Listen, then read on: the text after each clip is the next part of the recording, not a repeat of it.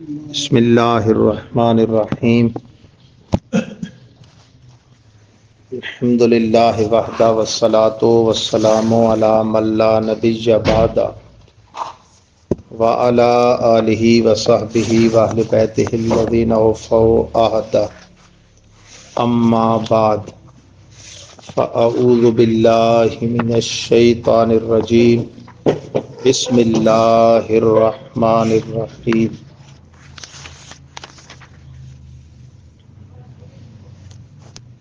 اذ قالوا لیوسف واخوہ احب الی ابینا منا ونحن عصبہ ان ابانا لفی ضلال مبین اقتلوا یوسف او اطرحوہ ارضا یخل لکم وجہ ابیکم فتکونوا من بعدہ قوما صالحین قال قائل منهم لا تقتلوا يوسف والقوه في غيابة الجب يلتقطه بعض السيارة إن كنتم فاعلين قالوا يا أبانا ما لك لا تأمنا على يوسف وإنا له لناصحون ارسلہ معنا غدا یرتع ویلعب وإنا لہ لحافظون قال انی لیحزننی ان تذهبوا به واخاف ان یأکلہ الذئب وانتم عنہ غافلون قالوا لئن أكله الذئب ونحن عصبة إنا إذا لخاسرون صدق اللہ العظیم وصدق رسولہ النبی الکریم الامین ونحن على ذلك لمن الشاہدین والشاکرین والحمد للہ رب العالمین ان اللہ وملائکتہ یصلون علی النبی یا ایہا الذین آمنوا صلوا علیہ وسلموا تسلیما اللہم صل وسلم وبارک علی سیدنا و مولانا محمد طب القلوب و دوائہا وعافیت الابدان و شفائہا و نور الابصار و ضیائہا وعلی آلہ و صحبہ دائما ابدا۔ حمد باری تعالیٰ اور دربار رسالت مآب علیہ افضل الصلوات و اکمل التسلیمات میں ہدیہ درود السلام عرض کرنے کے بعد گرامی قدر حضرات،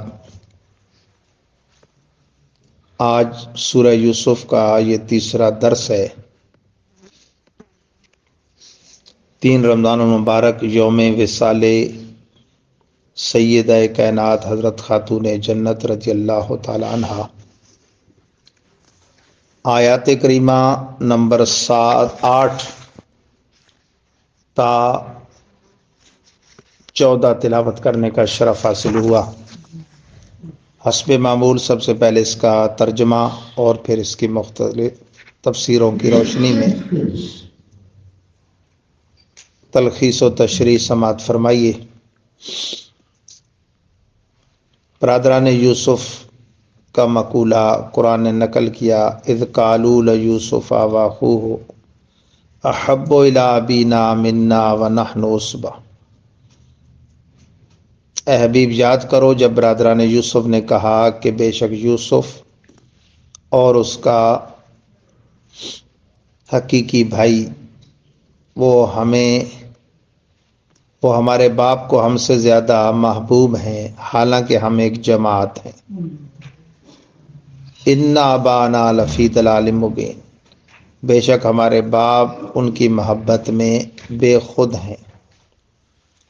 اقتلوا یوسف واطرحوہ ارضا یخل لکم وجہ ابیکم، قتل کر ڈالو یوسف کو یا اسے کسی زمین میں پھینکو تاکہ متوجہ رہے تمہاری طرف تمہارے باپ کا چہرہ۔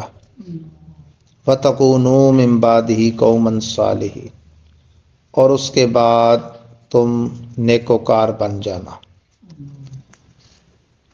قَالَ قَائِلٌ مِّنْهُمْ، ان میں سے ایک کہنے والے نے کہا، اور یہ آپ کے بڑے بھائی، ان کا نام یہوذا تھا، اور پھر کثرت استعمال سے وہ دال میں بدل گئی تو یہوذا سے یہودا لکھا پڑھا جانے لگا۔ حضرت یعقوب کے اسی بیٹے سے جو آل ہے وہ آل یہود کہلاتی ہے، جنہیں ہمارے اردو میں یہودی کہتے ہیں۔ لا تقتلوا یوسف والقوہ فی غیابۃ الجب، وہ کہنے لگا کہ یوسف کو قتل مت کرو اور اسے اندھے کنویں میں ڈال دو۔ یلتقط بعض السیارۃ کے 3 کنتم فاعلین، کوئی قافلہ اسے وہاں سے اچک لے گا اگر تم نے کرنا ہی ہے، یعنی باپ کی نظروں سے دور کرنا ہے تو پھر یہ کام کر ڈالو۔ قالوا یا ابانا ما لک لا تأمنا علی یوسف وإنا لہ لناصحون، باہم مشاورت کے بعد کہنے لگے، اے ہمارے باپ، کیا ہوا کہ آپ ہم پر امن اور بے خوفی نہیں رکھتے یوسف کے معاملے میں، حالانکہ ہم اس کے خیر خواہ ہیں۔ ارسلہ معنا غدا یرتع ویلعب وإنا لہ لحافظون، بھیجو اس کو کل ہمارے ساتھ تاکہ وہ میوے کھائے اور کھیلے، اور ہم ضرور اس کے بہت حفاظت کرنے والے ہیں۔ قال انی لیحزننی ان تذهبوا بہ واخاف ان یأکلہ الذئب وانتم عنہ غافلون، حضرت یعقوب نے کہا، مجھے غم میں ڈالتی ہے یہ بات کہ تم اسے لے جاؤ، اور خوف کھاتا ہوں یہ کہ اسے بھیڑیا کھا جائے اور تم اس سے غافل رہو۔ قالوا لئن اکلہ الذئب ونحن عصبۃ انا اذا لخاسرون، برادران یوسف نے کہا کہ اگر اسے بھیڑیا کھا جائے حالانکہ ہم پوری ایک جماعت ہیں، جب تو ہم بڑے خسارے والے ہیں۔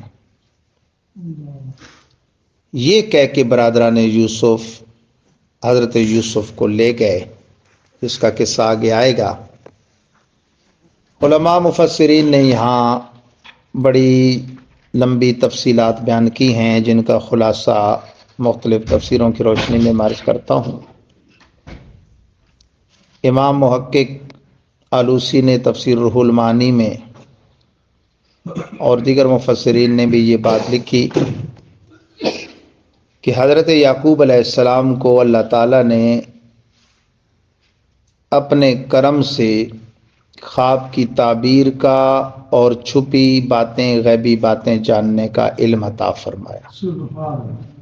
جیسے ہی حضرت یوسف نے ان کے سامنے یہ خواب بیان کیا، انی رأیت احد عشر کوکبا والشمس والقمر رأیتہم لی ساجدین، کہ میرے باپ، میں نے دیکھا 11 ستاروں، سورج اور چاند کو اپنے آپ کو سجدہ کرتے ہوئے۔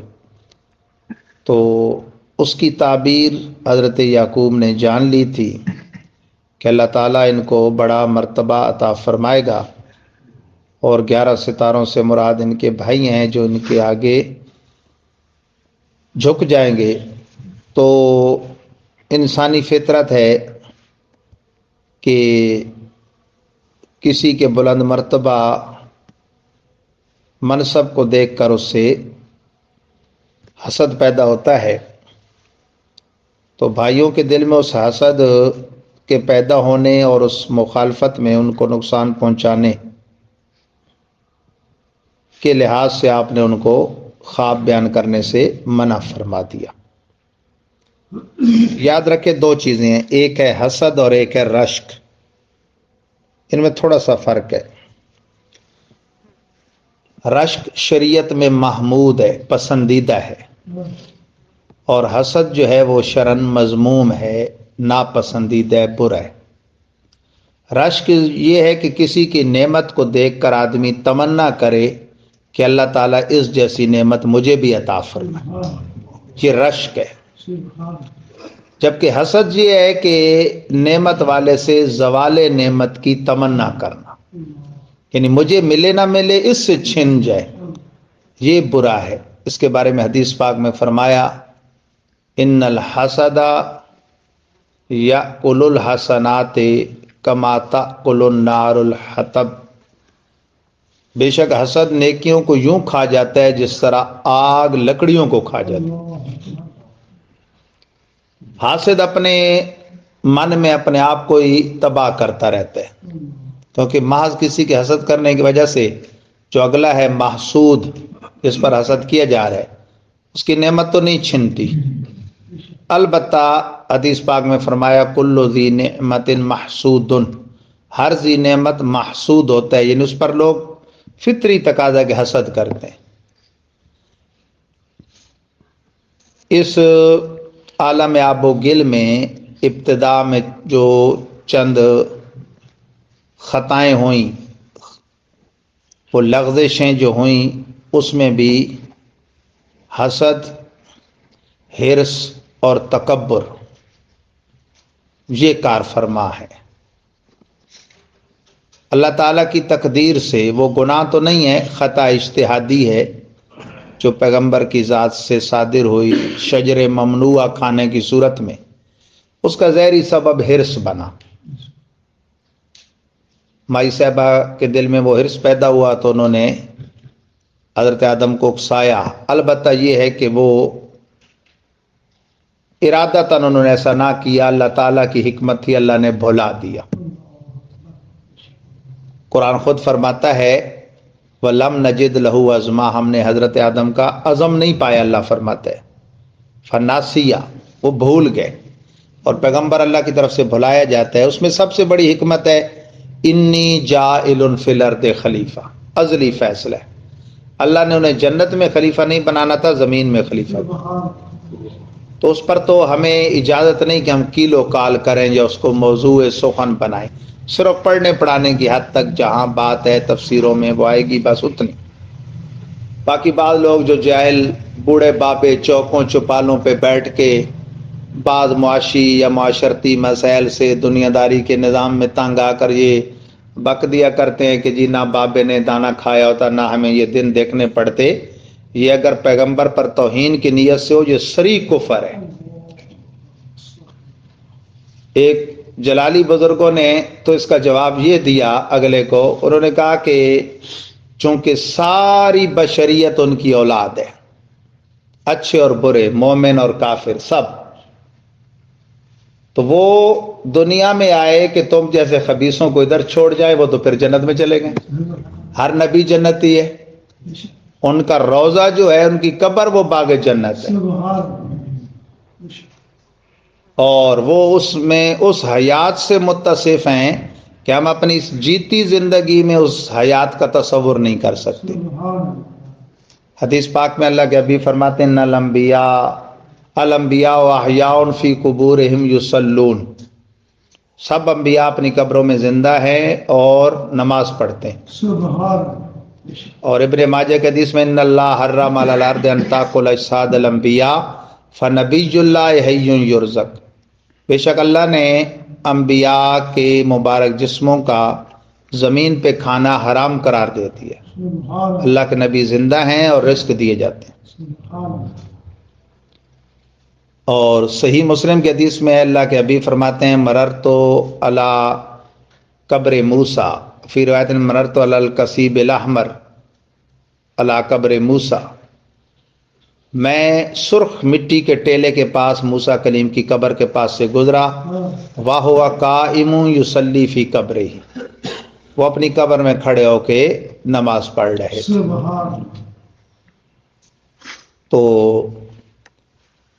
بہرحال اللہ کے حبیب صلی اللہ تعالی علیہ وآلہ وسلم کے فرامین عالیہ کی روشنی میں پیغمبر خدا کا تو رتبہ دنیا سے پردہ کرنے کے بعد بھی ما وراء الورا ہے۔ تو پھر جو ابلیس لعین سے گناہ ہوا اس کا سبب تکبر بنا۔ اس نے واضح طور پر کہا کہ خلقتنی من تین، خلقتنی من نار و خلقتہ من تین، میں بڑا ہوں کہ میں آگ سے پیدا ہوا ہوں اور آدم کو تو نے مٹی سے بنایا۔ حالانکہ یہ اس کا قیاس جو ہے وہ جاہلانہ تھا۔ مٹی آگ سے افضل ہے، آگ مٹی سے افضل نہیں ہے۔ آگ میں سرکشی ہے، مٹی میں عاجزی ہے، اور افضل وہ ہوتا ہے جس میں عاجزی ہو۔ آگ جو ہے وہ خائن ہے، امانت نہیں رکھتی بلکہ چیز کو برباد کرتی ہے۔ مٹی ایسی امین ہے کہ ایک دانے کے بدلے قرآن کی نص سے ثابت ہے 700 دانے دیتی ہے۔ واللہ یضاعف لمن یشاء، اور اللہ جس کے لیے چاہے 2 گنا کر دے، ایک کے بدلے میں 1400 تک وہ عطا فرماتی ہے۔ تو پھر قابیل کا اپنے بھائی حابیل کو قتل کرنا، پسران آدم میں سے قابیل کا حضرت حابیل کو قتل کرنا، اس کا سبب جو ہے وہ حسد بنا تھا۔ تو حرص، تکبر اور حسد یہ ایسے امراض ہیں کہ جو لغزشیں کراتے ہیں۔ اللہ تعالی حرص سے بچائے، تکبر سے بچائے اور حسد سے بچائے۔ البتہ میں نے کہا کہ حسد کی سے بظاہر ملتا جلتا رشک وہ محمود ہے کہ اگلے کی نعمت کے زائل ہونے کی تمنا نہ کرے، یہ کس جیسی مجھے بھی مل جائے۔ تو وہ اللہ کے حبیب فرماتے ہیں 2 بندوں پر رشک بنتا ہے، ہر بندے پر بھی رشک نہیں کرنا چاہیے۔ بعض لوگ پھر جو ہے وہ احساس کمتری کا شکار ہو جاتے ہیں، اور بالکل وہ یوں کہہ لیں کہ ہمیشہ ہی احساس کمتری کا شکار رہتے ہیں، جو ہر بات پر رشک شروع کر دیتے ہیں، اچھے کپڑے پر، گاڑی پر، مکان پر۔ ایسا بندہ تو خوشحال رہ ہی نہیں سکتا نا، جو دنیا کے معاملات میں ان چکروں میں پڑے نا، وہ بس آپ کو چکروں میں ہی نظر آئے گا۔ ہر وقت اس کو آپ ملیں گے نا، وہ کہے گا جی حالات بڑے خراب ہیں۔ ٹھیک ہے نا جی، نواز شریف کو دیکھ لیں، زرداری کو دیکھ لیں، بڑے بڑے یہ جتنے بھی ان کے حالات کبھی بھی ٹھیک نہیں ہوں گے۔ 7 نسلیں پہلے گزر گئیں، 7 نسلیں بعد میں گزر جائیں گی، حالات ان کے ٹھیک نہیں ہوں گے، کیونکہ انہوں نے رشک کی ایسی چیزوں پر کرنا شروع کر دیا۔ اللہ کے حبیب فرماتے ہیں صرف 2 بندے ہیں جن پر رشک بنتا ہے۔ ایک وہ مالدار جو حق کی راہ میں مال اٹھاتا رہتا ہے، سبیلیں لگوا رہا ہے، مسجدیں بنا رہا ہے، مدرسے بنا رہا ہے، اس میں بھی ہم تو خیر اس کام کو بالکل نہیں سراہتے۔ یہ جو لوگ مفت کے افطار کے دسترخوان اور یہ وہ چیزیں لگاتے ہیں نا، یہ بظاہر تو نیکی کرتے ہیں لیکن یہ لوگوں کو اور مفت خورا بناتے ہیں۔ اگر یہ اس کے بجائے کسی غریب کے لیے کوئی ٹھیلے کا روزگار کا اہتمام کر دیں وہ بہتر ہے۔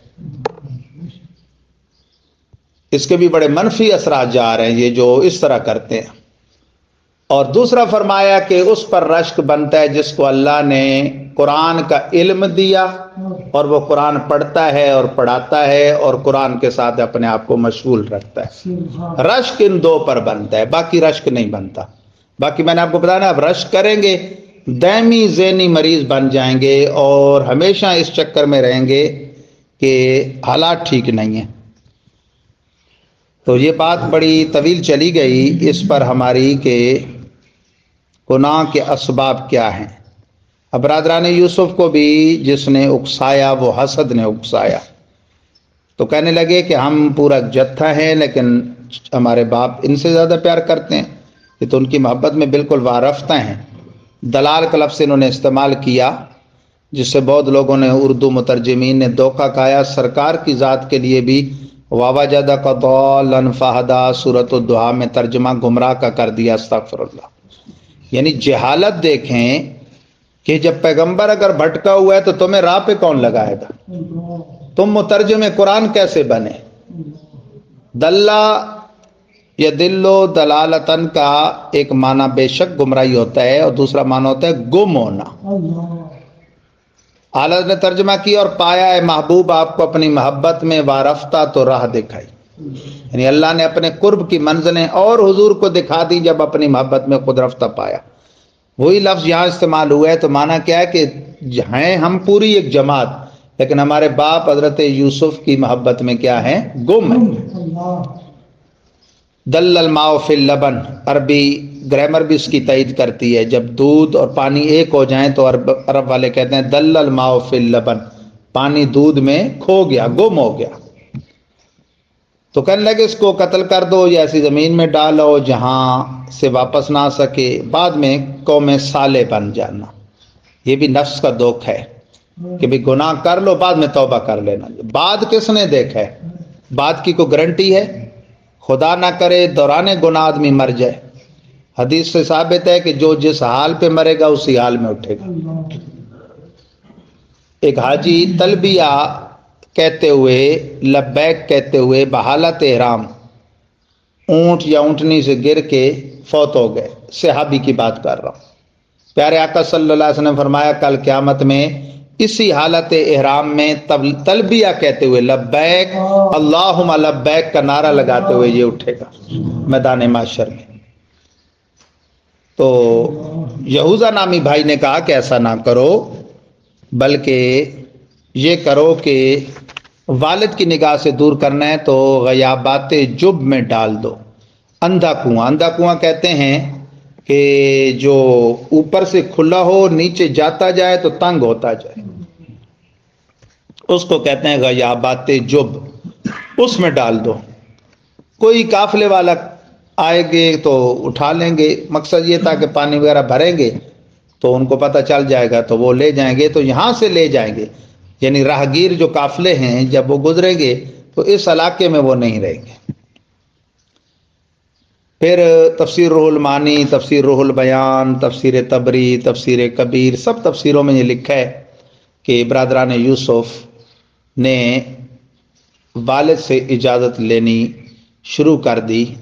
تو جیسے کوئی آدمی پہلے سے ہی چور ہو نا، ہماری پنجابی اصطلاح میں کہتے ہیں کانا، تو وہ یقین دلانے کے لیے ایڈوانس میں قسمیں اٹھانا شروع کر دیتا ہے. اور تاجروں کو یہ بڑی بلا ہوتی ہے. حدیث پاک میں فرمایا کہ بے وجہ قسم کھانے سے تجارت کی برکت اٹھ جاتی ہے. بے وجہ جب سچی قسم کھانے سے تجارت کی برکت اٹھ جاتی ہے تو بات بات پر جھوٹ بولنے سے کتنی اٹھتی ہے. تاجروں کے لیے میرا ایک مشورہ ہے کہ وہ اگر گناہ سے بچنا چاہتے ہیں، بعض گاہک بھی تو بالکل وہ ہوتے ہیں نا، وہ کیا کہتے ہیں، چپک جاتے ہیں. یعنی سودا لینے میں انہیں قرار نہیں آتا جب تک وہ دکاندار سے یہ نہ پہلے تفتیش کر لیں کہ بھائی آپ نے یہ چیز کتنے کی لی. حالانکہ یہ تو ذمہ نہیں ہے گاہک کے. جب وہ بیچ رہے تو نفع لے کر ہی اس نے بیچنا ہے نا. وہ اتنے کی لا کے تھوڑی آپ کو دے گا، جتنے کی اسے لا رہا ہے وہ اتنے کی آپ کو بھی اتنے کی دے گا. اب دکاندار نے اگر جھوٹ سے بچنا ہے نا تو وہ یہ نہ کہے میں نے اتنے کی لی، کیونکہ ظاہر اتنے کی تو نہیں بیچے گا نا. ٹیکس ویکس ڈال کے پیٹرول وغیرہ خرچہ وہ کہے مجھے اتنے میں پڑی، مجھے اتنے میں پڑی. تو یہ ایک محتاط جواب ہے. وہ بھی تب جب اس کو وہی کوئی چپک داں گاہک چمٹ جائے، ورنہ تو بتانے کی ضرورت ہی نہیں ہے. جتنے کی بھی پڑی ہے نفع پہ اس نے بیچنی ہے اور شریعت میں جائز ہے. شریعت میں اصل میں تو بازاری قیمت کا اعتبار ہی نہیں ہے، ثمن کا اعتبار ہے. ثمن کہتے ہیں خریدار اور بیچنے والے کے درمیان باہم جو طے ہو جائے. اس لیے وہ کبھی بحث کر کے تھوڑے پہ بھی طے ہو جاتے ہیں. کبھی جو قیمت بازاری لکھی ہوتی ہے چیزوں پر ان دنوں وہ نہیں ہوتی، وہ پہلے کی ہوتی ہے. جب یہ لائے ہوتے ہیں تو قیمتیں بڑھ چکی ہوتی ہیں، لیکن وہ مور پہلے سے لگی ہوتی ہے. اس کو خود مہنگی ملی ہوتی ہے، ظاہر اب اس نے مہنگی دینی ہے. اس لیے بازاری قیمت کا تو اعتبار ہی نہیں ہے، باہم جو طے ہو جائے اس کا اعتبار ہے. یہی وجہ ہے کہ قسطوں پر جو چیز کی قیمت ثمن زیادہ لگایا جاتا ہے وہ اس لیے لگایا جاتا ہے کہ پیسہ اگلے کو نقد نہیں مل رہا، اس کی چیز نقد و نقد جا رہی ہے. تو وہ بھی جو باہم طے ہو جائے بالکل جائز ہے، بازاری قیمت کا تو اعتبار ہی نہیں. ہاں اب قسط اگلے کے ذمے چونکہ ادھار ہے وہ جس میں انہیں نہیں ملی اس پر اگر زیادہ کریں گے تو وہ سود ہے. مطلقاً قسطوں کا کاروبار سود نہیں ہے. بعض ان پڑھ لوگ یہ بھی کہہ دیتے ہیں، وہ ایک عالم ہے مفتی، وہ کاروبار یہی کرتے ہیں، تو ان پہ ان کے مقتدیوں نے فتویٰ لگا دیا جی مولوی لوگوں کو تو قسطوں کے کاروبار سے منع کرتے ہیں، خود قسطوں کا کاروبار کر رہے ہیں. بھائی ساری جہاں یہ کاروبار جو ہوتے ہیں، دکانیں چلتی ہیں بازار محلوں میں، کریانوں میں، یہ سارے نقد سودوں پہ چلتی ہیں، بلکہ یہ تو بغیر ادھار کے چل ہی نہیں سکتی. ادھار جو ذمے اگلے کے، اس پہ آپ اگر زیادتی کرتے ہیں وہ سود ہے. شے کی قیمت میں آپ کو اختیار ہے. کلو قرض جر منفعتا فہو ربا، حدیث پاک میں ہے کہ ہر وہ قرض جو نفع کھینچے وہ سود ہے. اللہ تعالیٰ سود کے وبال سے محفوظ فرمائے. دو گناہ ایسے ہیں جس پر اللہ تعالیٰ کی طرف سے اعلان جنگ ہے، ایک عقیدے کا گناہ، ایک عمل کا گناہ. عقیدے کے گناہ کا بخاری شریف کی حدیث میں ذکر ہے، من عادی لی ولیا فقد آذنت بالحرب، جو اللہ کے ولی سے عداوت رکھے اللہ کا اس کے ساتھ اعلان جنگ ہے. ولیوں کے دشمن کا ایمان نہیں بچتا. کوئی بھی ولیوں کا دشمن آپ اس کی قبر کھول کے دیکھ لیں، قبلے کی طرف اس کا منہ نہیں ہوگا اور اس کی شکل بگڑی ہوگی. تو بتائیں امت میں صحابہ سے بڑھ کر کوئی ولی ہو سکتا ہے؟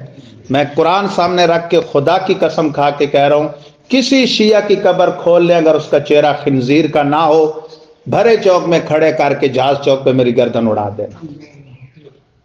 لوگ بڑے شوق سے کھانے کھاتے ہیں جی، ان کے ساتھ رشتے کرتے ہیں، پھر کوئی کسی کا ماموں بن جاتا ہے، کوئی کیا بن جاتا ہے، کوئی کیا بن جاتا ہے. جب ولی کی دشمنی ایمان برباد کر دیتی ہے اور اللہ کے ساتھ اعلان جنگ ہے، تو امت میں صحابہ سے بڑھ کر ولی کون ہو سکتا ہے، جنہوں نے براہ راست ولایت بانٹنے والے محبوب کی شاگردی اختیار کی ہے. تو دوسرا جرم ہے سود. قرآن میں فرمایا چھوڑ دو ورنہ کیا ہے، فَأْذَنُوا بِحَرْبٍ مِّنَ اللَّهِ وَرَسُولِهِ، ورنہ اللہ رسول سے پھر جنگ کے لیے تیار ہو جاؤ. جنگ میں سب سے قیمتی چیز ہی تو چھینی جاتی ہے دشمن کی، یہی ہوتا ہے نا. تو بندے مومن کے ایمان سے بڑھ کر اللہ کے نزدیک کون سی قیمتی چیز ہے؟ ایمان نہیں رہتا. تو فرمایا یہ کرو کہ یہ یہودا نے کہا، اور بعد میں بھی پھر وہی جو ہے آپ کے ساتھ کافی معاملات میں نرمی کا پہلو برتر آپ کا بڑا بھائی. تو مفسرین نے لکھا ہے وجہ یہ بنی، یعنی یہ کہ حضرت یوسف کی طرف ان کی توجہ زیادہ کیوں تھی؟ یہ بھی تو ایک سوال ہے نا. والد کو اندازہ ہوتا ہے کہ اگر میں کسی بچے سے زیادہ تو باقی حسد کریں گے.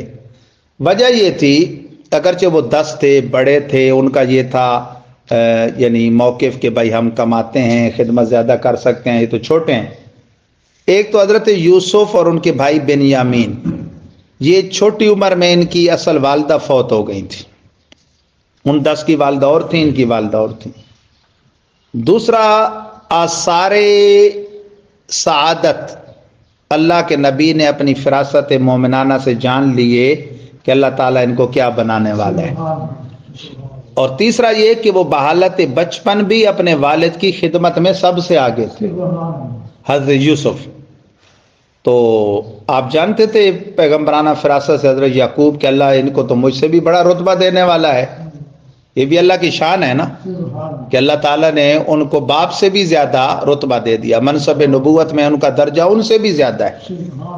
تو بہرحال انہوں نے کہا کہ نکال ہمارے ساتھ بھیجیے، یرتا و یالا و انا لہو لحافظون. یہ اکثر ہم اپنے درسوں میں آپ لوگوں کو جو اعلیٰ حضرت کے ترجمہ کنز الایمان کی رغبت دیتے ہیں، وہ اس لیے دیتے ہیں کہ ایمان محفوظ رہ جائیں. انگریز نے ایک چال چلی تھی، اس نے دیکھا کہ یہ قوم قرآن اور صاحب قرآن کا دامن نہیں چھوڑتی، اس پہ مرنے مٹنے کے لیے تیار ہو جاتی ہے.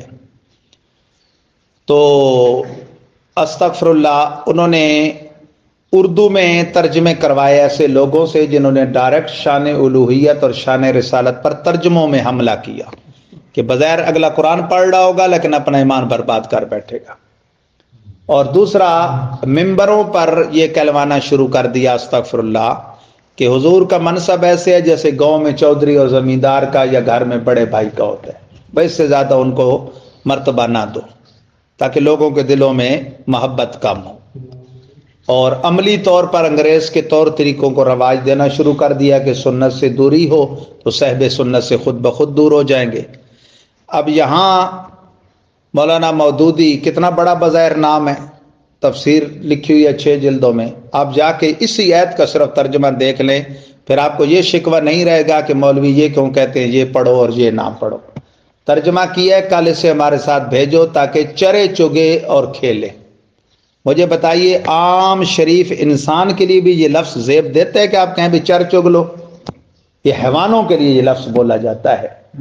اور اعلیٰ حضرت ترجمہ کرتے ہیں کل اسے ہمارے ساتھ بھیجو تاکہ میوے کھائے اور کھیلے، شان پیغمبری کے مطابق۔ اللہ تعالی ہم سب کو عظمت الوہیت اور شان رسالت کا ادب تھامے رکھنے کی توفیق عطا فرمائے۔ انشاءاللہ کل کے درس میں بیان ہوگا کہ پھر برادران یوسف جب آپ کو لے کے گئے تو آگے کیا ہوا۔ باخر الدعوی الحمدللہ صلی اللہ علیہ وسلم وآلہ صلی اللہ علیہ وسلم صلاۃ و سلام علیکم۔ اے اللہ ہم سب کو ایمان پہ ثابت قدمی نصیب فرما، ہم سب کی جان مال عزت آبرو کی حفاظت فرما، دو جہاں کی بھلائیاں نصیب فرما، ایمان پہ رکھ، ایمان پہ خاتمہ نصیب فرما، حسن خاتمہ کی دولت سے مالا مال فرما۔ صلی اللہ تعالی علی حبیبی سیدنا اللہم انت شافی اللہم انت کافی اللہم انت حسبی اللہم انت ربی۔ پروردگار عالم جملہ بیماروں کو امراض روحانیہ اور جسمانیہ سے شفاء کلی عطا فرما، صدقہ ماہ رمضان کا، صدقہ ماہ قرآن کا، تمام بیماروں کو شفاء کامل عاجل نافع عطا فرما۔ صلی اللہ تعالی علی حبیبی سیدنا مولانا محمد و آلہ وسلم۔